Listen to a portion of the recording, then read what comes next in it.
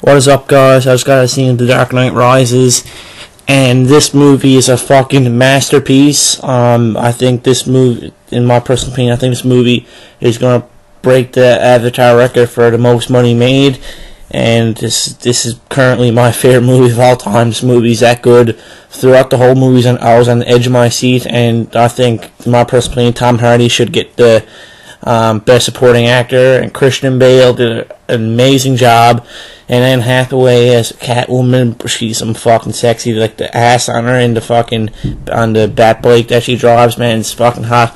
But this movie, in my personal opinion, is the best Batman movie ever made. The best out of the Nolan series, and it blows every Tim Burton movie out the fucking water. I just can't get over how great this movie is.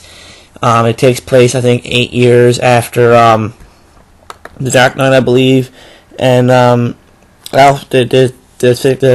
one thing Alfred says at the first of the movie has something to do with the ending of the movie too. So I'll tell you what he said now. I had to put on my phone, but he said that he had a fantasy in the 7-year absence of Bruce, but being Batman. He said in that fantasy, Bruce never acknowledged him at once, because he met him in a cafe, because Alfred said he used to go to that cafe a lot. But in the fantasy he used to see Bruce there with a family, but Bruce never said hey to him or acknowledged him or anything like that. But it takes place, it fucks with you. The first of the movie, one thing Alfred says, it's a big thing in the ending of the movie, which is pretty cool. But the movie itself is amazing. My favorite part is the fight scene with Bane and the sewer, and Bane's just beating the shit out of Batman. When Batman fights back, he's basically not doing anything to Bane. It was hard to watch, as Batman was just getting living shit beat out of him. And the mask comes off, he whips it in the water, and he just picks him up and breaks his back. It was just hard to watch. And he puts him into this pit thing that Miranda Tate came out of years ago when she was a kid, and Bane was the one who saved her when she was a kid. And you find out later at the end of the movie that Miranda Tate really is Talia al Ghul. And as Batman's about to beat Bane, Batman is kicking the shit out of him, and then Talia stabs Batman, and there's Jim Gordon and Joseph Gordon-Levitt's character and a lot of the cops are fighting out Bane's men, and it's just crazy. But the ending right here, if you don't want to hear the ending, click away. I'm giving you 3 seconds. 1, 2, 3. But and then when they catch up to Talia al Ghul and one of the Batmobiles, I think it is, the one he used in the first one, that the army tank color, the camouflage color, has Bane and takes all Batman's weapons like that Lucius Fox has, and there's a nuclear warhead about to go off. There's 1 minute left, and Batman flies out to the ocean, and nuclear warhead goes off.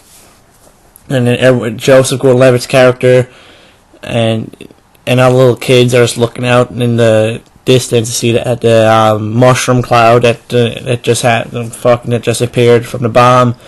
And that's when I started to cry. I'll admit, I cried when I thought Batman died, because I thought that's when it was going to end. I actually thought, I don't care what anyone says, make fun of me, dislike my video all you want, I don't care. I admit, I cried during The Dark Knight Rises, because I thought Batman died.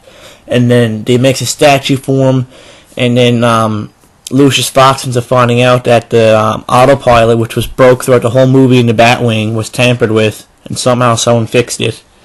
And Joseph Gordon-Levitt's character finds out he has he has directions to the new Batcave, and it was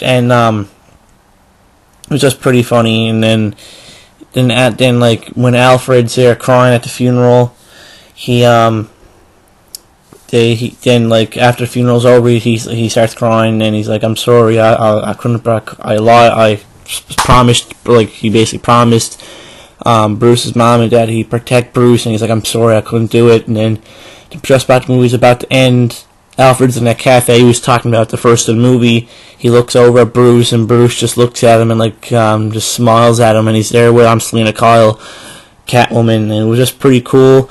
because in the fantasy Alfred had, Bruce never acknowledged him, and but he acknowledged him now because it's not a fantasy, it's real.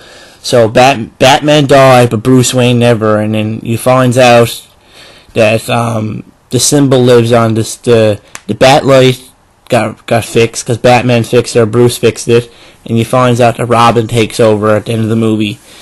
It was an amazing movie. I fucking loved it. I was marking it throughout the whole movie. I was on the edge of my seat.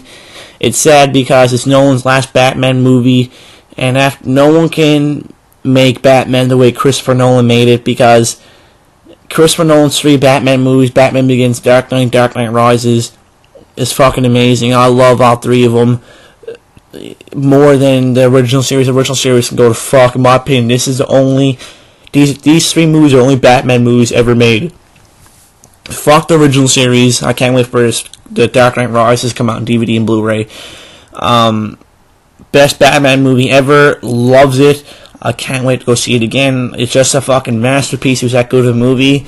I love the twist ending. I loved it because it's funny, because at the first of the movie, the one thing Alfred says, "Oh my," and then Bruce is at a cafe with Selena Kyle, and then he just looks at Alfred, smiles, and Alfred smiles back. But as soon as they zoomed in on Alfred, he smiled. I thought it was gonna be like fade to black and be over, but then they showed Bruce and Selena Kyle, which was fucking epic. Oh man, that's my review, guys. 10 out of 10. See it as many times as you want. I'm seeing it again personally. And the staff at Empire Theaters, which is the theater that I go to see my movies, gave me 2 Bane posters, which is fucking epic. So it's Bane's mask. Tom Hardy is getting an Oscar for Bane. Bane is probably the best movie villain of all time. He plays that role perfectly. And when my second favorite scene is from little kids singing a song, he's like, "Oh, what a beautiful voice." He's like, "Let the games begin," and he fucking blows up the fucking stadium. Thank you guys for subscribing and watching. I hope you guys like my review. Take care.